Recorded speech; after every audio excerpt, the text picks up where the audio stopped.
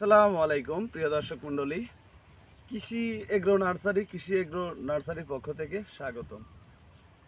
লতিরাজ কচু চাষ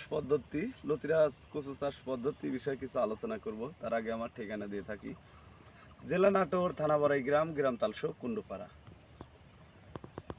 এখানে প্রজেক্টে দেখতে পাচ্ছেন লতিরাজ কচু চাষ।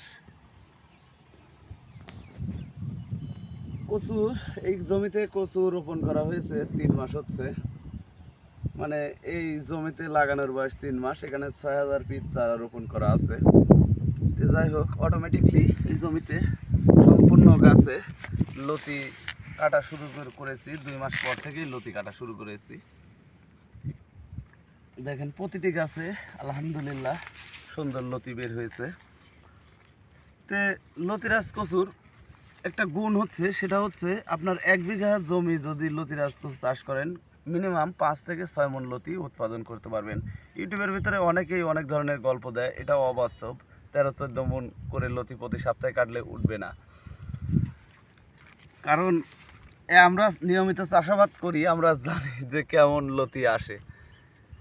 আপনারা যখন লতিরাজ কচু চাষাবাদ করবেন, লতির মাথা থেকে যে চারাগুলি বের হয়, দেখেন এই যে আমার এই চারাটা লতির মাথা থেকে বের হয়েছে। এই যে লতির মাথা থেকে চারা বের হয়েছে। এই চারাগুলি যদি আপনারা রোপণ করেন, তাহলে দেখা যাবে এই গরমের সময় রোপণ করলে 40 থেকে 45 দিনের ভিতরে লতি বের হয়ে আসবে।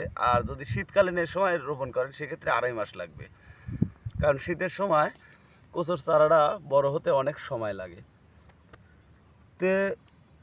1 বিঘা জমিতে আপনারা যদি লতিরাজ কচুর চারা চাষ করেন, তাহলে 4200 পিস চারা লাগবে। আর শতাংশে 130 পিস করে লতিরাজ কচুর চারা লাগে। আপনারা